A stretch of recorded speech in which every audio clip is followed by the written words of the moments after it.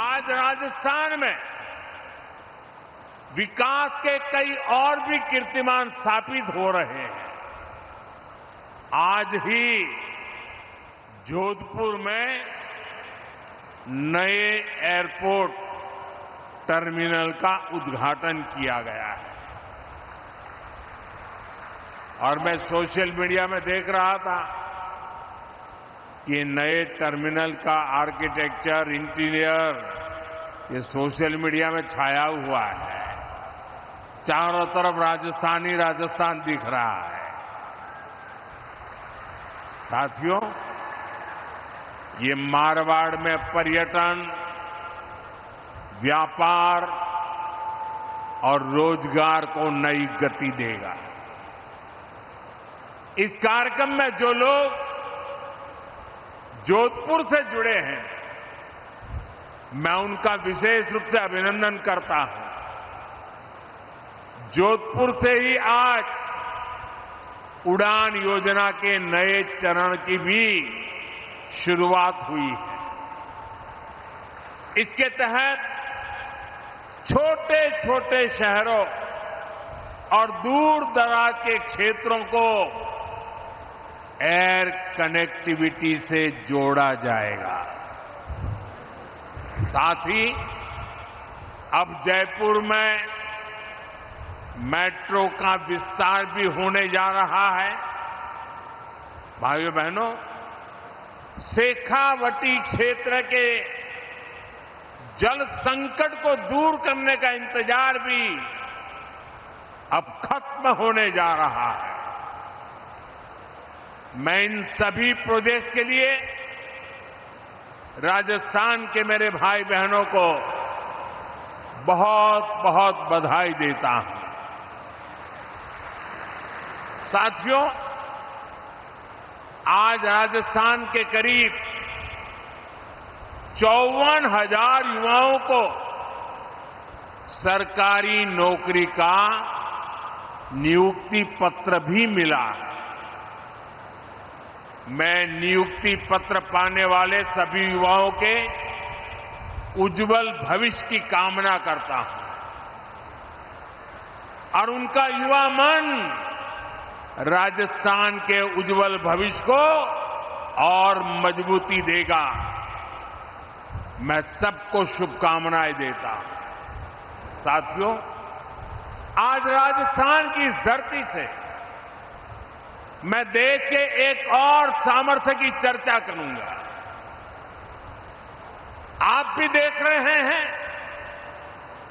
पश्चिमी एशिया में युद्ध की वजह से पूरी दुनिया में हाहाकार मचा है। हर देश त्रस्त है। इस युद्ध ने 21वीं सदी के सबसे बड़े ऊर्जा संकट को जन्म दिया। बड़े बड़े देश आज ईंधन की किल्लत से जूझ रहे हैं। लेकिन साथियों, 21वीं सदी के सबसे बड़े ऊर्जा संकट पर 21वीं सदी के नए भारत की इच्छा शक्ति और भारत के प्रयास इस संकटों पर भारी पड़े हैं। भारत ने हर स्तर पर सही फैसले लिए, संकट का समय रहते सटीक आकलन किया, प्रभावी रणनीति बनाई, भारत के संसाधनों का संतुलित प्रयोग किया, भारत की डिप्लोमेटिक पावर का सकारात्मक इस्तेमाल किया और तब जाकर भारत संकट से उबर पाया है। साथियों, जब सार्वजनिक तौर पर कुछ ताकतें अफवाह और आशंका फैलाने में व्यस्त थी, तब किस स्केल पर दिन रात काम हो रहा था, किस तरह स्थिति को संभाला जा रहा था, वो मेहनत, वो प्रयास, वो धैर्य नीतिगत स्तर पर, कूटनैतिक स्तर पर उठाए गए एक एक संवेदनशील कदम कभी न कभी इतिहास लिखेगा। ये सब अभूतपूर्व है।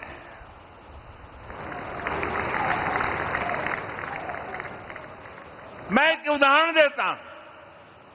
रसोई गैस यानी एलपीजी के विषय में हम सब जानते हैं, हमारी जरूरतों की करीब 60% एलपीजी अन्य देशों से आयात की जाती थी और इसमें से भी 90% एलपीजी गल्फ देशों से आ रही थी, हॉर्मुज से होकर के आ रही थी और अचानक से युद्ध के हालातों ने उस सप्लाई को लगभग बंद कर दिया।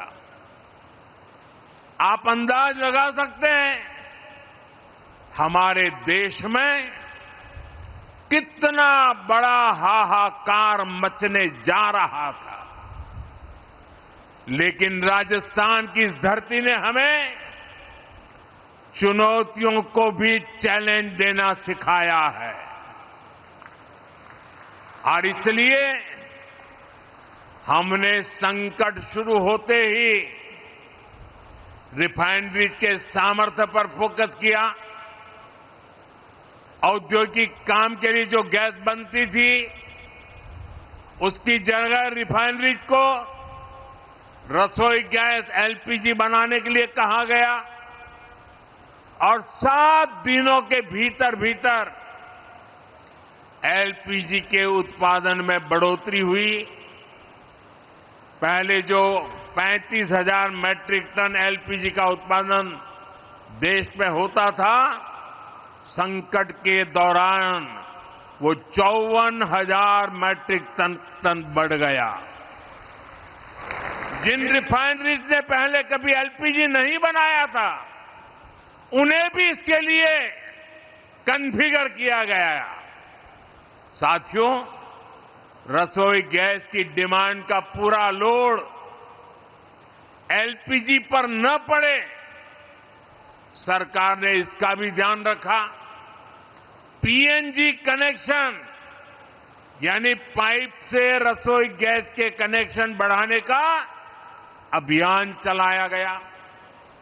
बहुत ही कम समय में भारत ने करीब 11 लाख से ज्यादा घरों को गैस का पीएनजी कनेक्शन से जोड़ दिया। भाइयों बहनों, हमने एक और सप्लाई को सुनिश्चित किया। दूसरी ओर घरेलू उपभोक्ताओं पर बहुत बोझ भी नहीं पड़ने दिया। जो हालात थे उनमें घरेलू गैस सिलेंडर की कीमत 2,000 रुपये तक जा सकती थी। बड़े बड़े मार्केट एक्सपर्ट यही आकलन कर रहे थे, लेकिन हमारे यहां अभी भी घरेलू एलपीजी सिलेंडर 950 रुपये से भी कम में दिया जा रहा है। गरीबों को तो उज्ज्वला सिलेंडर 650 के भी भीतर पड़ रहा है। अब से 2 दिन पहले सरकार ने कमर्शियल गैस की कीमतों में भी बहुत बड़ी कटौती कर दी है। ये दिखाता है कि हमारी सरकार कितनी संवेदनशीलता से काम कर रही है।